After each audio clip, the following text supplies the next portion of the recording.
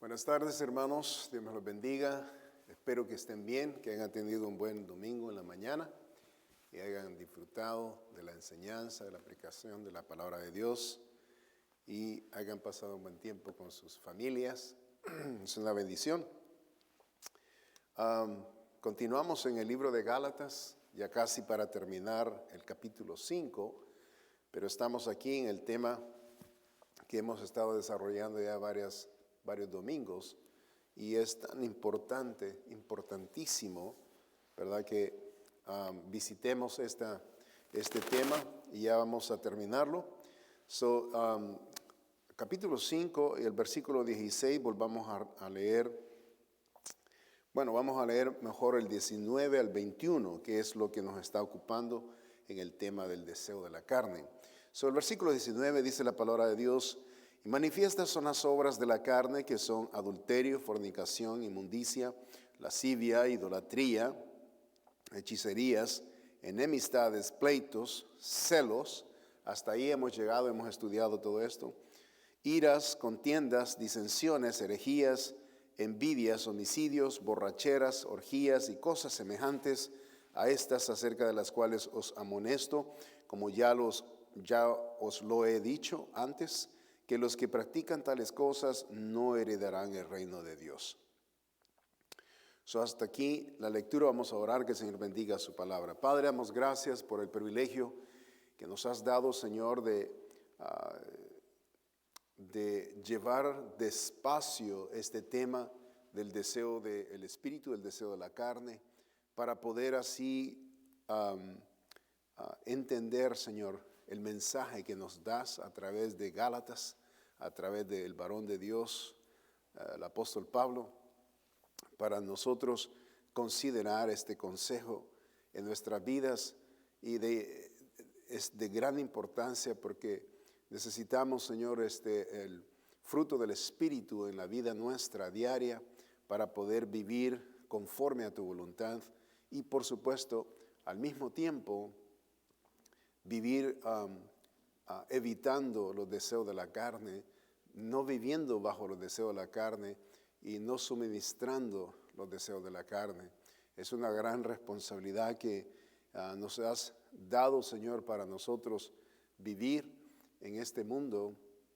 Señor, pedimos que tú bendigas, enseñes, nos muestres la bendita voluntad tuya, Señor, para poder nosotros aplicarla a nuestras vidas. Bendice, Señor, esta enseñanza, la aplicación de ella, en el nombre santo de nuestro Señor Jesucristo. Amén. El tema del deseo de la carne estamos desarrollando, ¿verdad?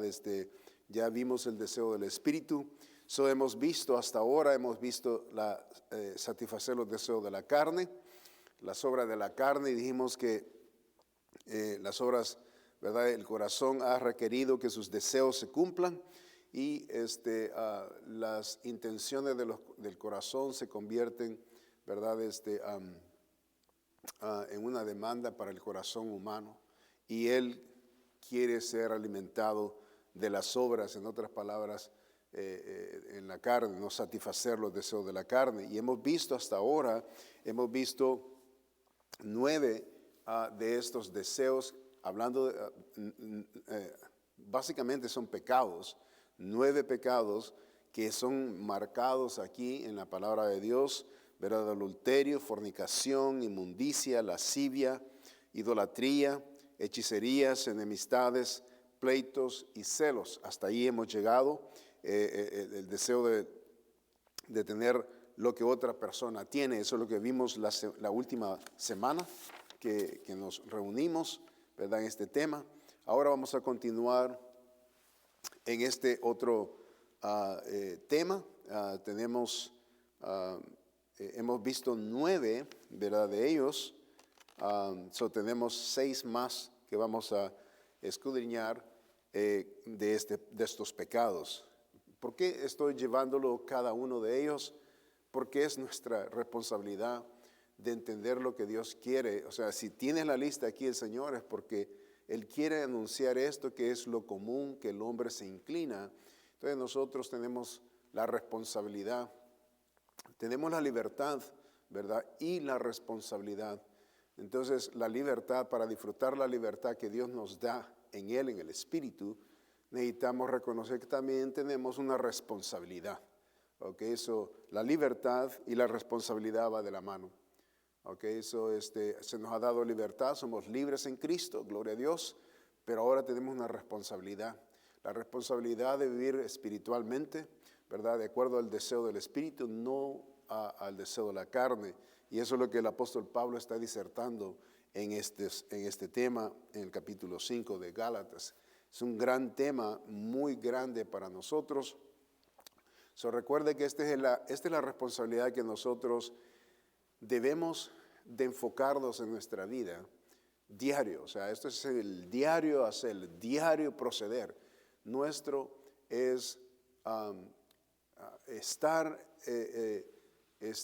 comunicados, ¿verdad?, a nuestros sentidos, esta responsabilidad que tenemos. Nuestros sentidos es como, ¿verdad?, un radar, ¿verdad?, de poder percibir, captar lo que está alrededor de nosotros. Y cuando es acerca del tema de estos pecados que acabamos de mencionar, inmediatamente hacer un paro a ello, ¿verdad? Estos son los deseos de la carne que están en el mundo. Sin embargo, tenemos el potencial de volver a estos o de entrar, ¿verdad?, en otras palabras, a invitar al pecado a estar a la puerta. Las tentaciones están ahí y somos bien débiles. Entonces, de mejor nos ocupemos de estos pecados en el sentido de que de rehusarlos, ¿verdad?, en nuestras vidas, para poder así tener victoria en Cristo. El número 10, pecado, es la ira, iras y enojo. Note lo que dice allí después del versículo 20. Después de los celos están las iras, contiendas, disensiones. Iras, enojo, eso es lo que significa, ¿verdad? La ira es un enojo, es una indignación del temperamento explosivo de las personas, emociones que tienden a hervir dentro de los seres humanos.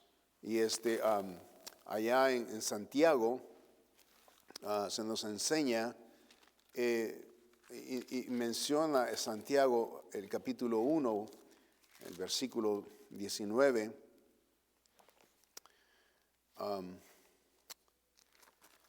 a considerar lo siguiente. Dice: por esto, mis amados hermanos, todo hombre sea pronto para oír, tardo para hablar, tardo para airarse. Ok, estos versículos nos enseñan acerca de disminuir la velocidad de la reacción que tendremos nosotros cuando somos ofendidos o cuando estamos siendo llamados a tener un pleito o ser invitados a participar, ¿verdad?, a vengarnos, a pagar a las personas conforme nos han dado a nosotros, ¿verdad?, o la ventaja que han llevado ellos. Nosotros como que nos defendemos, y ¿verdad? Y esa es la manera, la reacción nuestra es bien importante. La palabra de Dios con el versículo 19 nos menciona que debemos de tardar en responder con ira. Eso es lo que dice el versículo, note. Por esto dice: mis amados hermanos, todo hombre sea pronto para oír, ¿okay? Eso quiere decir, ¿verdad?, para captar, tardo para hablar, ¿okay?, que oigamos más antes de hablar, ¿okay?, tardo para airarse.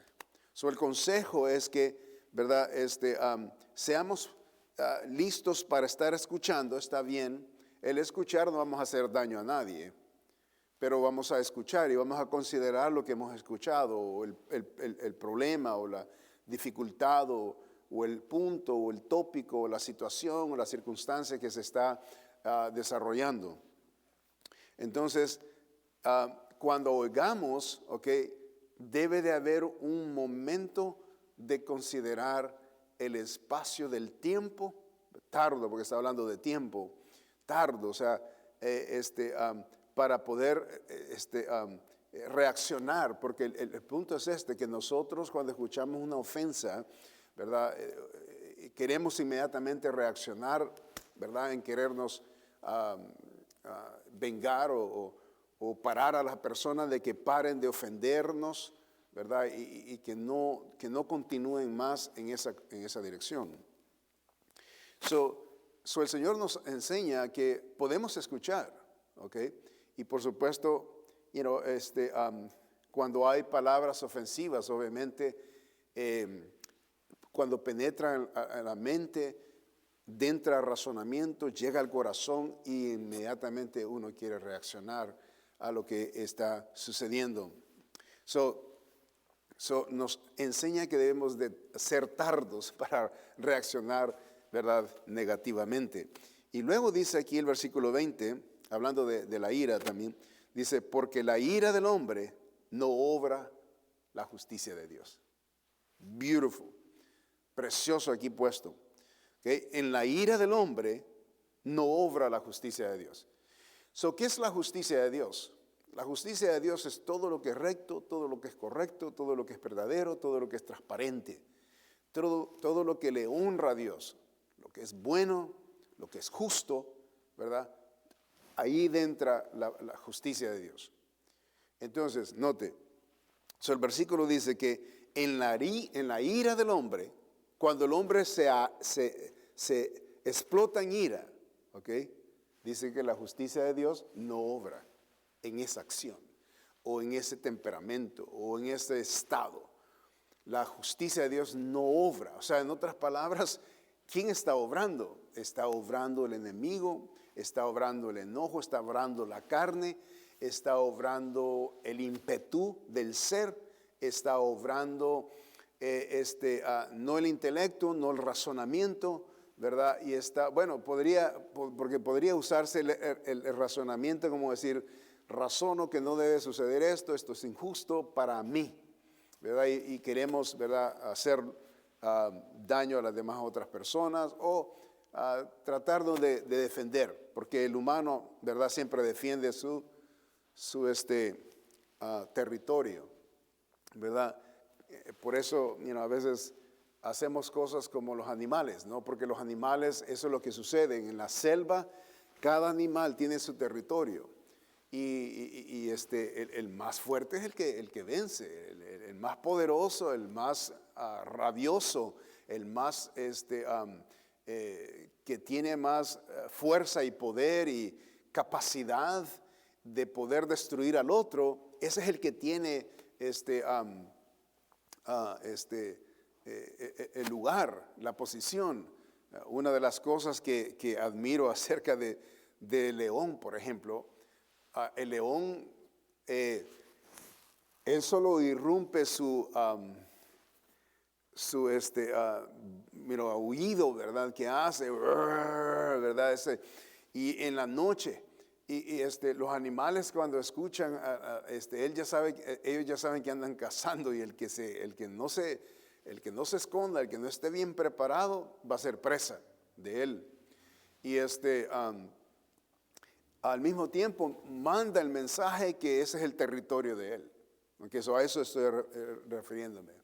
Interesante que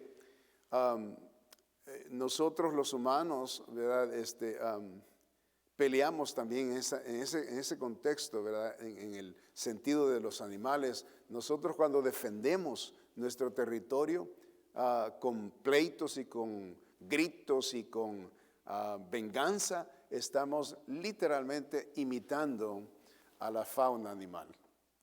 Que estamos mandando el mensaje de que, ¿verdad?, que con pleito y con el pleito que se ha vuelto, o la circunstancia que ha producido la otra persona, ¿verdad?, o lo negativo, o la ofensa que haya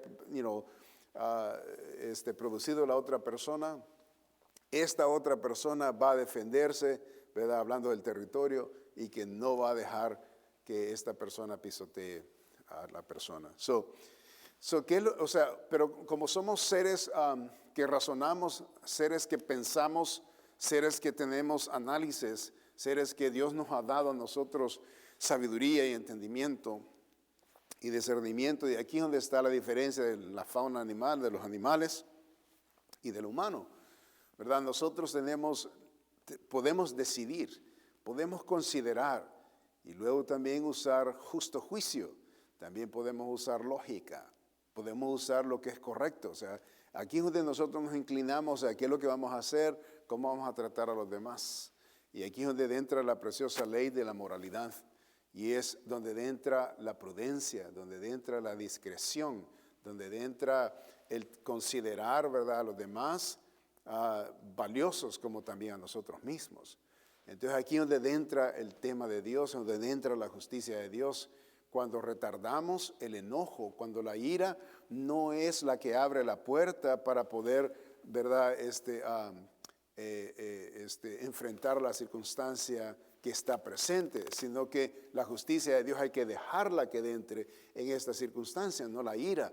La ira abre el portón para hacer más problema.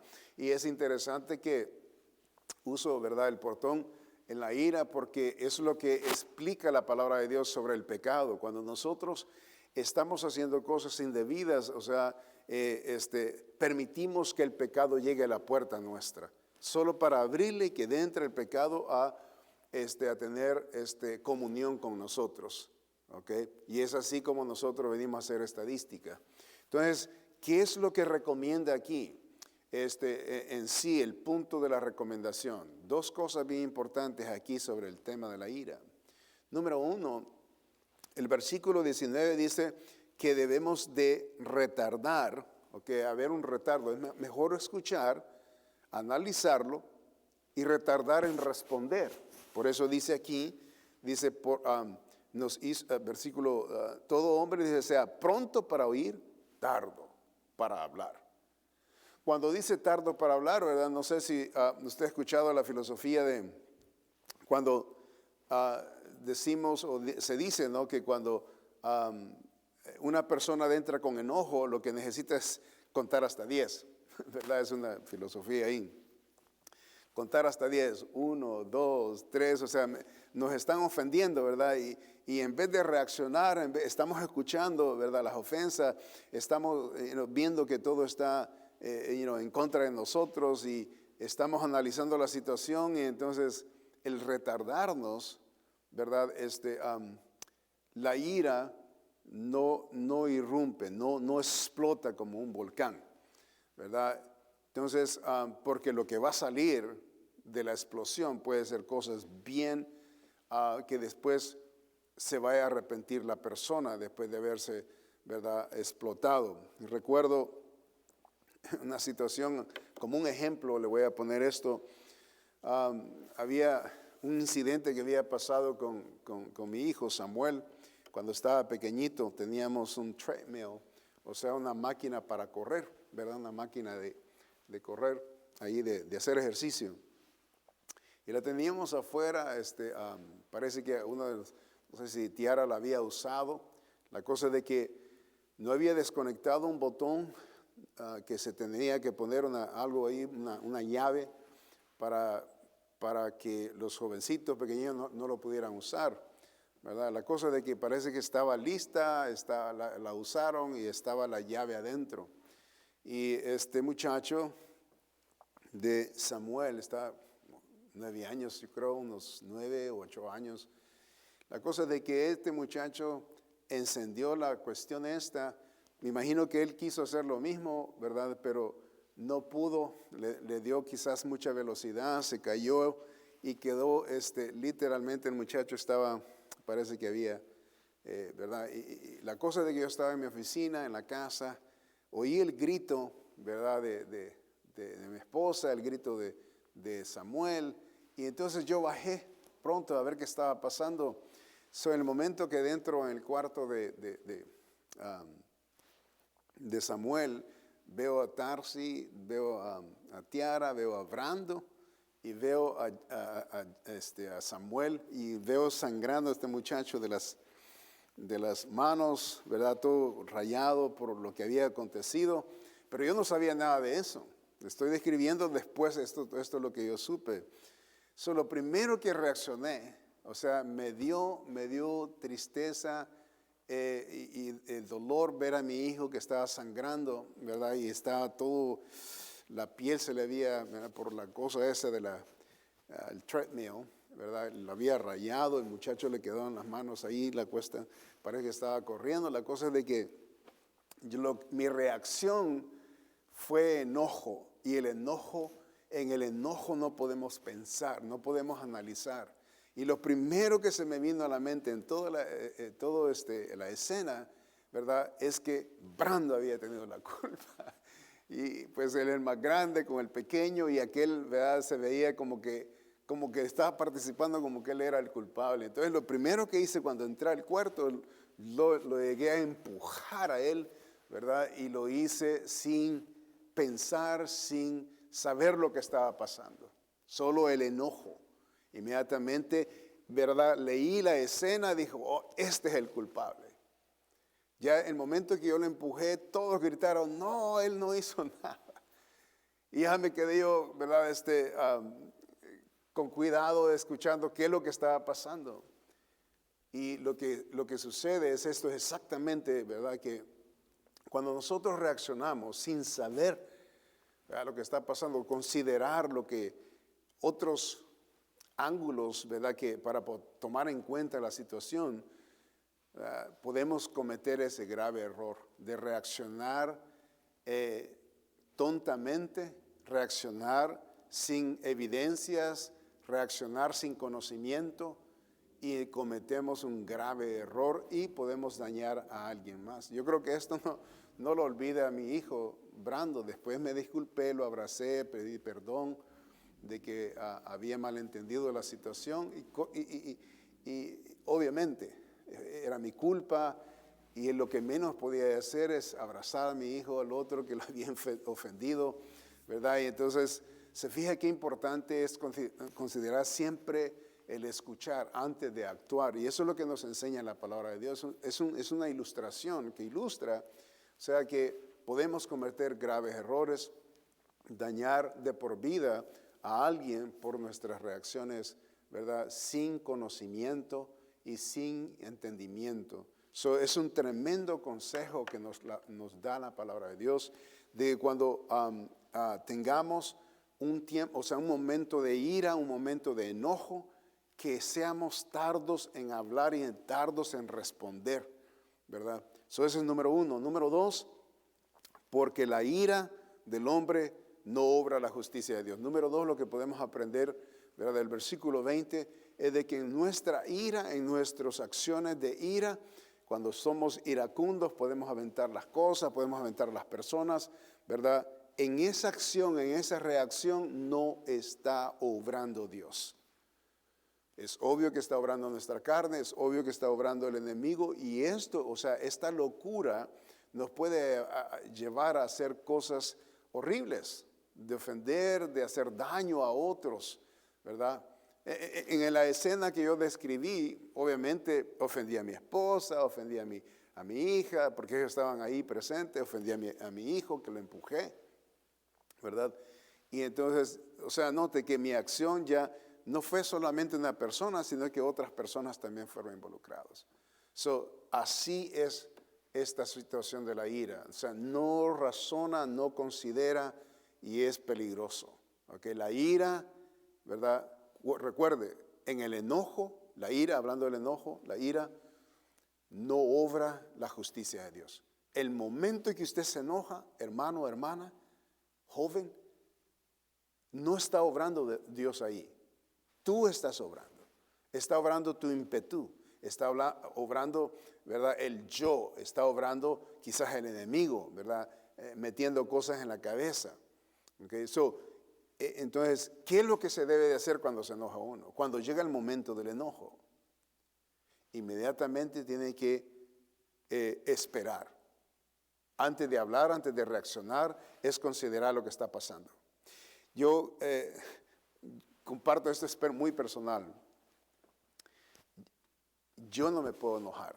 Yo cuando me enojo, me cierro, no puedo hablar. Porque el enojo es tan fuerte, es tan dañino, ¿verdad? Y no puedo hablar, no puedo pensar, no puedo analizar.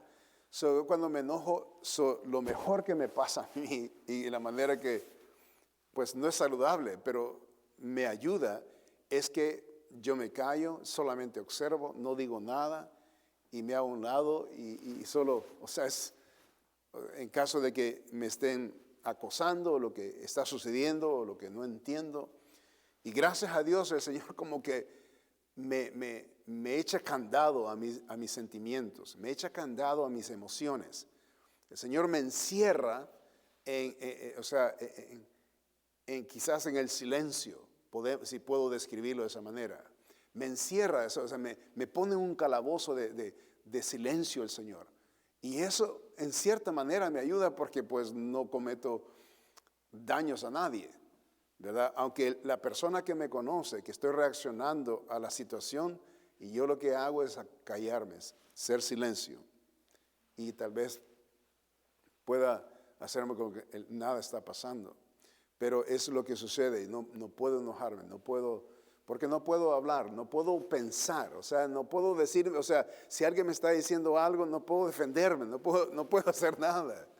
Es curioso, pero esa es la manera que el Señor me ayuda. Yo creo que el Señor es el que me ha dado esta característica de razonamiento, porque cuando yo me enojo, lo que acabo de escribir con lo que pasó con Brandon.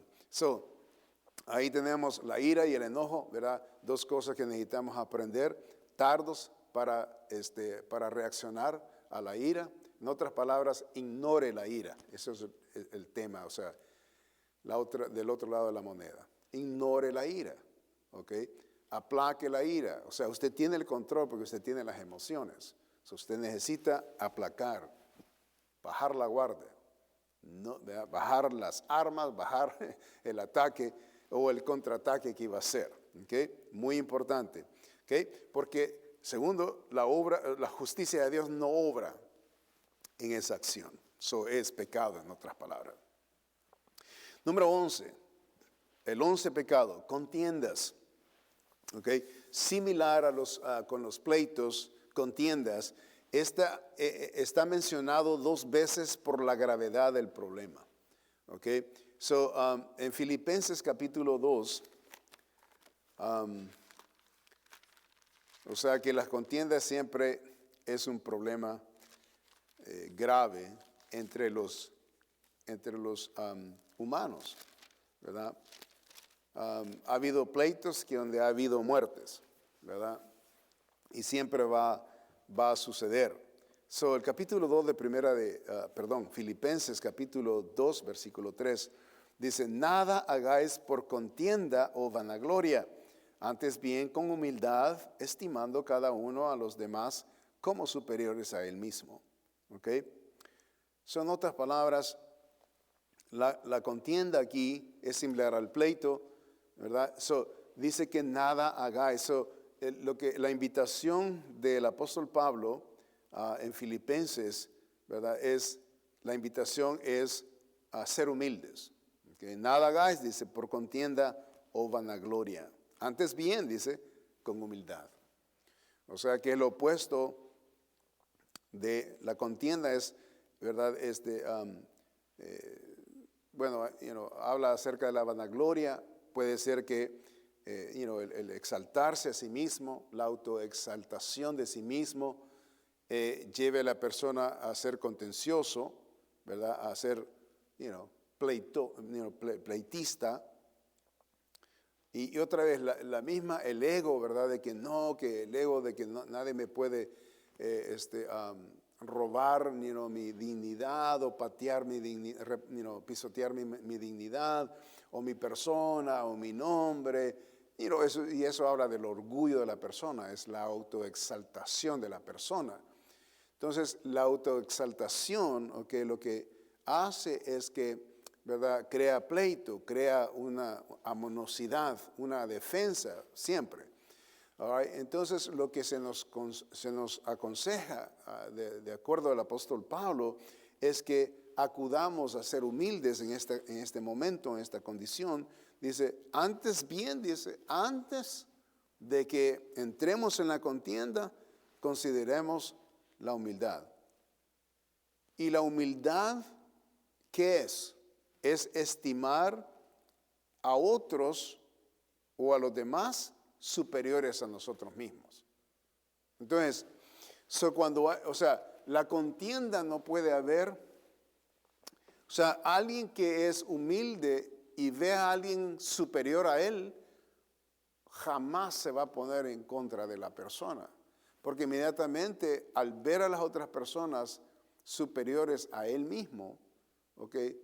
Entonces no existe o no existiría una amorosidad. ¿Por qué razón pelearía? ¿Por qué no habría ninguna razón por qué pelear? No habría ninguna razón por qué defenderse. No habría ninguna razón por qué tener algo en contra de la otra persona cuando la persona esta lo ve a la otra persona superior, o con respeto, o con honor, o con valor, o dignamente. Entonces, estas cosas son bien importantes, hermano. Estamos hablando de que esta es una condición de responsabilidad que nosotros tenemos que tomar como cristianos, ¿verdad?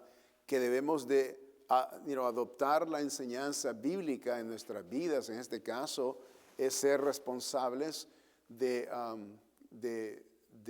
ver a las demás personas, ¿verdad? Con honor, con dignidad, con respeto. De esa manera no podemos estar peleando con ellos. Nunca vamos a pelear con una persona que respetamos, ¿verdad? Por ejemplo, si usted como hijo, ¿verdad? Usted respeta a su mamá, a su papá, a sus abuelos, ¿verdad? O sea, usted respeta a ellos, ¿por qué? Porque son mayores o porque tienen cierta posición de autoridad. Entonces los ve superiores a usted. Entonces es obvio que un hijo, por eso es alarmante cuando un hijo se le pone en contra a un padre. ¿Por qué es alarmante? Porque si el hijo se pone el tú por el tú con un padre, con una madre, eso es falta de respeto. O sea que ve a la persona al mismo nivel de la persona, del joven. Y eso, por supuesto, no es correcto. Delante de Dios, eso es pecado. Por eso hay un mandamiento que dice, honrarás a tu padre y a tu madre. Honrarlos quiere decir darle respeto, dignidad, o sea, que los vea dignos a ellos, de respeto. Entonces, o sea, y al verlo ya con dignidad y respeto, en este caso los ve superiores. Ahora aquí hace falta la humildad. El joven, ¿verdad? Cuando se somete, entonces está sometiéndose a la autoridad, porque Dios lo recalca y lo demanda. Entonces, la persona, ¿verdad? Tiene que considerar que al ver a las demás personas, la acción inmediatamente está poniendo humildemente al que se está sometiendo a la dignidad del otro y está respetándolo. Y, o sea, hablando de la amistad, hablando entre hermanos en Cristo, ¿verdad? Y entre familia, ¿verdad? Porque hablando de hermanos en Cristo, estamos hablando en familia espiritual. Y lo mismo es en una familia. Por eso estoy describiendo al hijo, ¿verdad? Con la autoridad, viéndolo a su padre, a su madre con autoridad.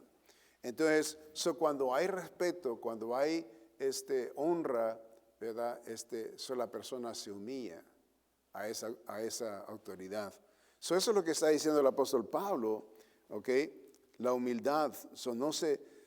Obviamente cuando un joven, ¿verdad?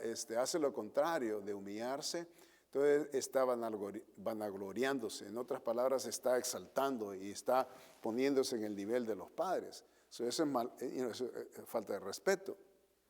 Y eso es lo que ocurre cuando nosotros, ¿verdad? Lo hacemos con diferentes hermanos, diferentes hermanas en Cristo, ¿verdad? Porque queremos sublevarnos a ellos y nosotros, ¿verdad? Tenemos que respetarlos a ellos y darles su lugar. Y el apóstol Pablo nos manda a nosotros que los veamos superiores a nosotros. Ahora, usted dirá, bueno, entonces entre los hermanos nos vamos a ver unos, o sea, arriba y otros abajo. El punto es la humildad. El punto es de que respetemos, el punto es que respetemos la dignidad de los demás, ¿verdad? Y el punto es hacer paz. Acuérdese que al final del día nosotros representamos la paz. Los pacificadores somos nosotros, los cristianos somos pacificadores, creando paz, no contiendas. Okay, eso es otro aspecto. No hagáis dice, no hagáis por contienda, no hagáis, nada hagáis, por contienda, okay, nada hagáis por contienda o por vanagloria. Okay. Antes bien con humildad, estimando cada uno a los demás como superiores a él mismo. Ahí está la clave. Cuando los vemos a los demás por superiores, nos bajaremos, ¿verdad? Humildemente. ¿Okay? Contiendas, iras, número 3, ahí, disensiones. ¿Qué es disensiones? Disensiones es divisiones, rebeldías, ser una persona contradictoria. Hay mucha gente así, ¿no? Hay gente que le gusta contradecir a otras personas y solo por llevar la contraria, you know? Separarse de los demás sin razón alguna. Eso es lo que es disensiones, excepto porque le alimenta su ego. En otras palabras, las personas se secluyen, ¿verdad? Y dicen, no, yo no me meto con esto, ni con esto, ni con esto. Y ellos escogen a sus favoritos. Okay. Disensiones, son divisiones, son rebeldías. Note que las divisiones viene de rebeldías, ser una persona contradictoria, ¿verdad? Separarse de los demás sin razón alguna. Okay. Secluirse.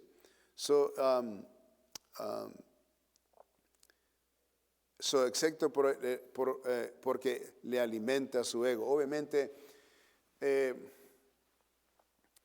esta acción que estamos describiendo sobre este tema de disensión, o sea, la persona está alimentando su propio ego. La persona se ve por sí sola como que ella es la persona más importante, o ve que su importancia de ella no puede compartir con los demás porque no la entienden, porque no le dan el oído, porque no le dan la atención que necesita este ego, ¿verdad? Y entonces la persona dice, estos no me comprenden, estos no entienden, cada quien tiene con su mundo. Más bien esta persona tiene su propio mundo. Y en este propio mundo él busca, ¿verdad? La persona busca esta seclusión. Y esta seclusión, por supuesto, ¿verdad? Alimenta el ego de la persona. Y eso es lo que disensiones significa. Hay un versículo en Primera de Samuel, capítulo 15. Primera de Samuel, capítulo 15.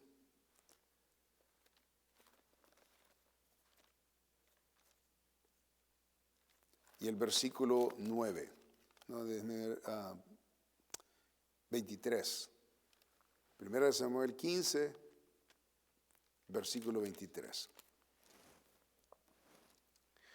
Note lo que dice la palabra de Dios. Aquí es observado esta clase de pecado, porque como pecado de adivinación es la rebelión, y como ídolos e idolatría la obstinación. Por cuanto tú desechaste la palabra de Jehová, Él también te ha desechado para que no seas rey. Ok, déjame ver, creo que este versículo no aplica aquí. Porque como pecado de adivinación es la rebelión. Bueno, sí, o sea que la palabra rebelión es disensión, lo mismo, ¿verdad? Y como ídolos e idolatría la obstinación, hablando de el rechazo. El rechazo. O sea, acuérdese aquí, algo bien importante sobre este tema de la disensión, que cuando estamos rechazando a nosotros, a las personas, estamos rechazando a Dios. Acuérdese que la palabra de Dios dice que nadie puede decir, ¿verdad?, que ama a Dios si odia a su hermano. ¿verdad? Y ahí ya ha cometido un grave pecado. Entonces, eso es parte de la rebelión. La rebelión, o sea, es ir en contra. Lo primero que el Señor nos manda, que es un nuevo mandamiento que el Señor nos dio, el Señor Jesucristo, amaos los unos a los otros. La disensión lo que hace es producir divisiones, ¿okay? Tener favoritismo, hacer acepción de personas. Eso es lo que hace la disensión. Y entonces eso es, por supuesto, una rebeldía en contra de Dios, en contra del plan de Dios, en contra de la estructura de la iglesia de Dios, en contra del amor de Dios y en contra del amor entre los hermanos. Que eso es rebeldía. La rebeldía no solamente es estar no haciendo lo que Dios manda, pero también no compartiendo, ¿verdad? Con las personas que debe de compartir, en este caso los demás hermanos en Cristo. Las disensiones, divisiones, rebeldías, ser una persona contradictoria, ¿verdad? Separarse de los demás sin razón alguna, y todo para alimentar el ego de la persona. Número 3, herejías. Herejías. Esto es rehusar las creencias fundamentales de Dios, las escrituras y la iglesia. Esto es lo que herejías es. ¿Okay? Rehusar las creencias fundamentales de Dios, las escrituras y la iglesia. En otras palabras, mantener creencias sobre enseñanzas contrarias a la verdad es herejías. Vuelvo a repetir, mantener creencias sobre las enseñanzas contrarias a la verdad, ¿okay? Eso es herejía. Vayamos a Mateo, a un ejemplo, Mateo capítulo 15 y el versículo 9. Mateo 15.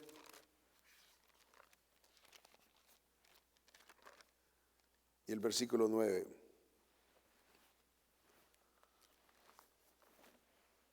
El Señor dice aquí, leamos el versículo 5 para agarrar, porque es todo el contexto aquí. Pero vosotros decís, cualquiera que diga a su padre o a su madre, es mi ofrenda a Dios, todo aquello con que pudiera ayudarte, ya no ha de honrar a su padre o a su madre, así habéis invalidado el mandamiento de Dios por vuestra tradición. Y luego dice el Señor, hipócritas, bien profetizó de vosotros Isaías cuando dijo, este pueblo de labios me honra, mas su corazón está lejos de mí, pues en vano me honran, enseñando como doctrinas mandamientos de hombres. ¿Ok? Son mandamientos, hablando de, el poner, ¿verdad?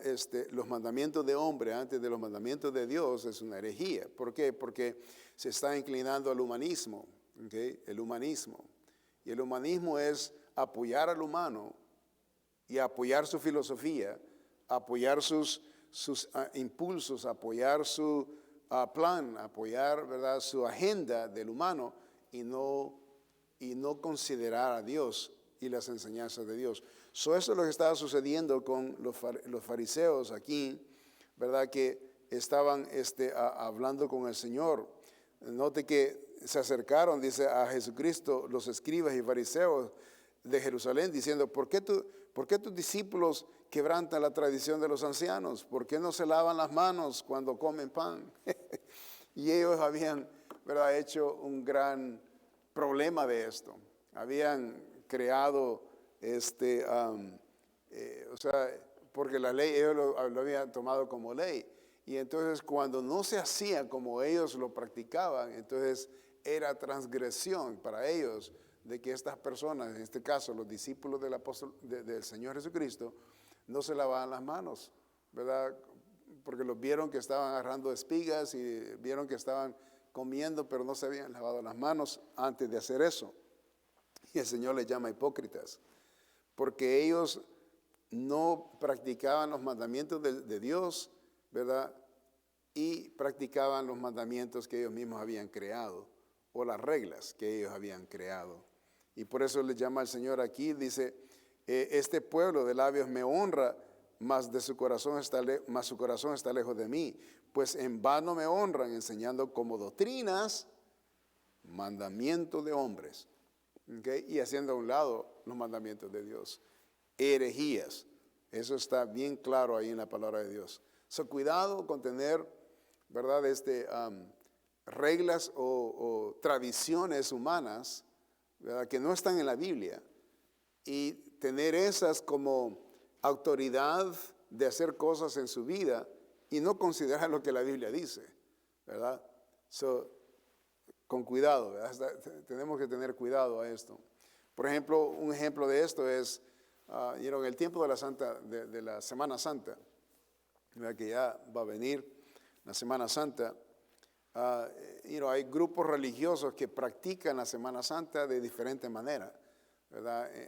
En el catolicismo, por ejemplo, que yo crecí observando el catolicismo, mandan que no se digan malas palabras y que no se escupa, ¿verdad? Porque están escupiendo a Cristo, no comer carne, o sea, esas son tradiciones humanas, ¿verdad? La Biblia no habla de que no escupir, no habla de que no comamos carne, de no hacer nada, y después que pasa la Semana Santa, ya la gente vive como el diablo.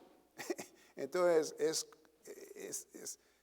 ¿verdad? Es una situación de reír, o sea, porque no es consistente, ¿verdad? El humano se pone él en un cierto programa, él se programa para algunas cosas que él hace y es estricto a los programas que hace por el tiempo que él se programa, pero luego vive para el diablo.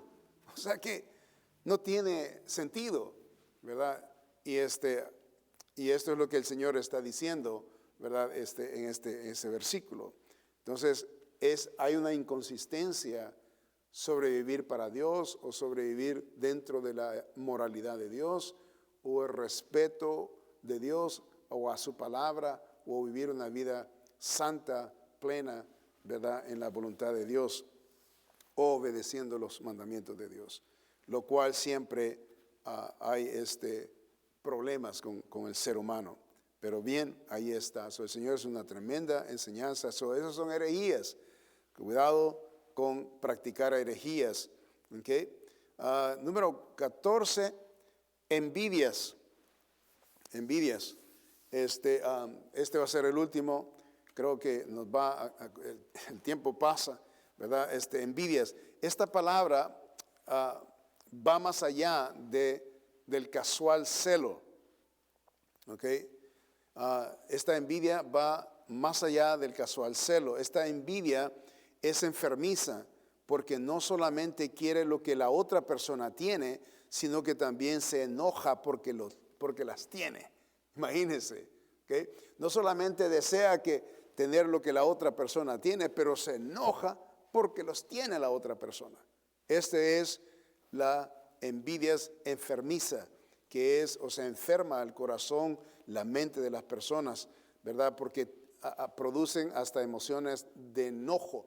¿Se acuerda que acabamos de hablar de que el enojo, hablando de la ira, la justicia de Dios no funciona ahí?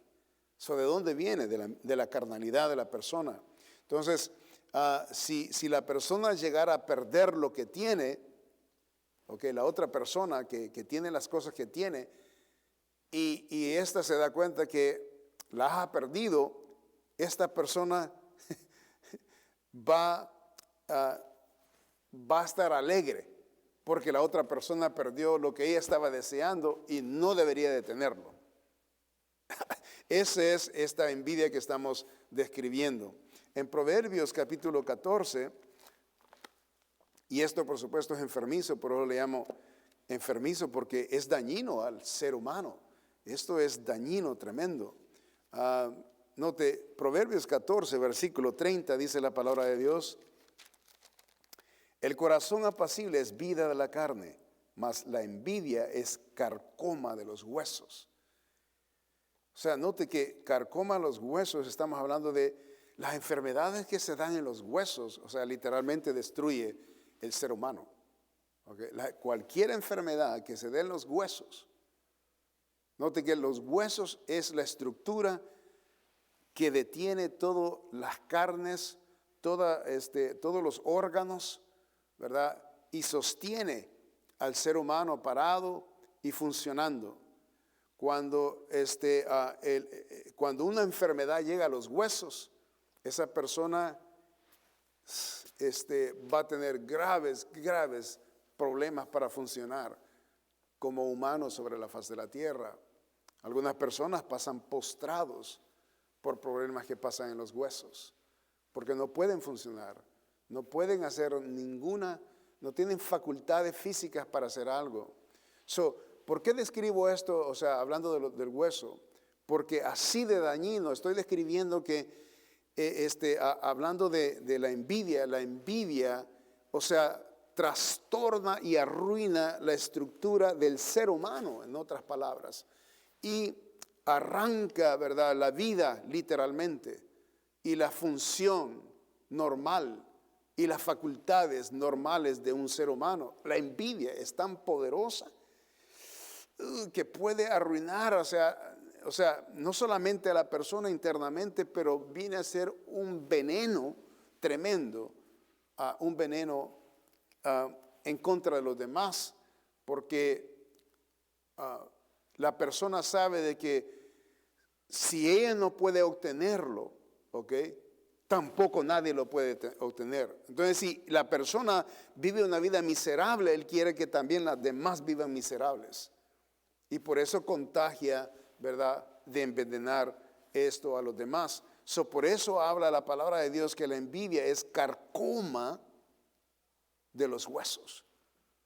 Es una enfermedad que al llegar a los huesos, o sea, al ser a lo más adentro del ser humano, entonces lo paraliza, por decir así, y lo desconecta de la verdadera función de un ser humano que vive, ¿verdad? Un ser humano, obviamente el ser humano es el que expresa la vida, el gozo, la alegría, el amor, ¿verdad?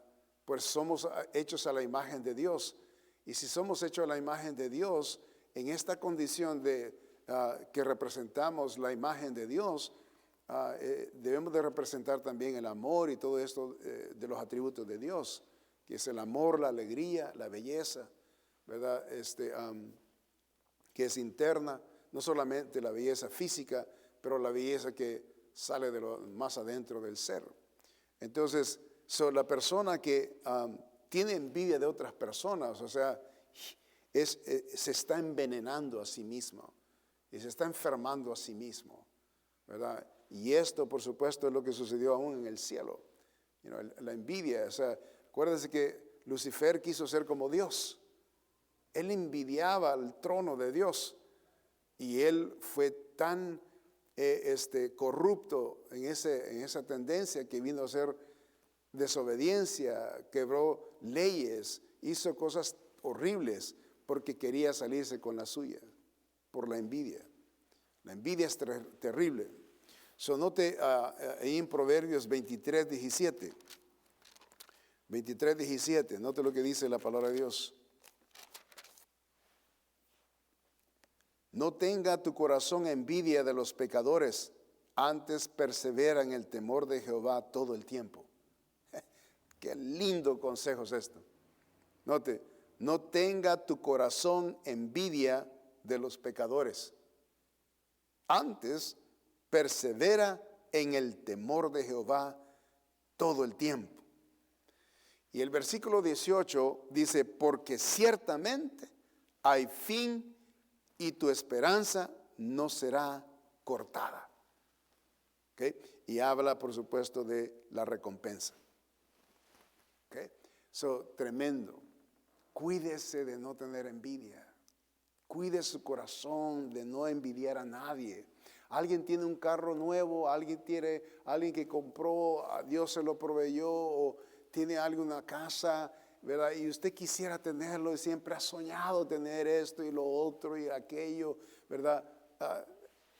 No lo haga, no lo haga. Es más, esté contento con las personas que están contentos con lo que Dios les ha dado. o con lo que Dios les bendice. ¿Okay? Algún día va a tener usted sus bendiciones. Uno de los problemas que obstaculiza que Dios mande bendiciones a una persona de las cosas que ellos desean en su corazón es cuando ellos tienen el deseo de tener las cosas de otras personas y se están enojando que ¿por qué no a mí? ¿Por qué no a mí? Entonces, esa actitud manda un telegrama a Dios diciendo exactamente lo que usted está percibiendo y o está, informando o expresando. ¿Okay? En Salmo 139, un precioso versículo ahí, quiero llevarlo con esto para que observe algo bien importante de lo que Dios hace, ¿okay? Con nosotros. Bien importante esto. Salmo 139. Escuche lo que dice los primeros 2 versículos. Dice, oh Jehová, tú me has examinado y conocido. Tú has conocido mi sentarme y mi levantarme. Has entendido desde lejos mis pensamientos. Eso describe realmente lo que está pasando en cada ser. Si yo tengo envidia de alguien, el Señor, el telegrama que yo estoy mandando, el Señor ya lo sabe. Él es el que me examina. Él es el que escudriña mi corazón. Él es el que observa mis caminares. Él observa mis actitudes. Él observa mis inclinaciones. Y Él conoce exactamente mi levantarme, mi sentarme, mi levantarme. Todas mis acciones. Él me examina. ¿Ok? Dios examina lo más profundo de nuestro ser cuando nosotros tenemos algo en contra de alguien o algo o envidiamos, en este caso la envidia, ¿verdad? Si vivimos en envidia, estamos mandando telegramas al Señor, esto es lo que soy, esto es lo que siento, esto es lo que hago, esto es lo que siento por esta persona, por esta otra persona, y esto y lo otro. O sea, está mandando usted el mensaje a Dios. Y Él está examinando. Y Él conoce, porque Él lo sabe todo. Entonces, no espere que Dios le bendiga con aquello que usted desea tener, si usted desea lo que otros tienen. Y envidia, ¿verdad? Lo que tiene la envidia de las bendiciones de los demás. Es tóxico eso. Y el mensaje que está mandando es equivocado a Dios. ¿Por qué no le manda el mensaje a Dios? Y le dice, Señor, estoy alegre, estoy contento de que fulano de tal y sutano tiene lo que tú les has proveído. ¡Qué bendición! Y glorifique a Dios por la buena voluntad que Dios tiene con estas criaturas, en vez de tener envidia. Ore por ello, dígale, Señor, te doy gracias porque bendeciste a aquella persona, bendeciste a esta persona. Gloria a Dios, gloria a Dios. Y Señor, no te olvides de mí, ¿ok? Tú sabes mi deseo, pero no esté enojado por lo que tienen los demás. Y de esa manera se puede curar y mandar el telegrama a Dios y decir, Señor, tú me examinas y sabes lo que está en mi corazón y conoces. Entonces, mejor mándele el telegrama correcto a Dios y que Dios haga la obra en usted. Amén. Y pare de ser envidioso. ¿Okay? Que Dios nos cuide de la envidia. Y esto es nuestro menester. Qué importante. Se fija la importancia del tema de lo que estamos desarrollando. Y todavía no hemos terminado, hay más todavía, pero es importante llevarlo despacio. ¿Okay? Espero que haya sido de bendición estas enseñanzas. Dios me los bendiga. Pase feliz día.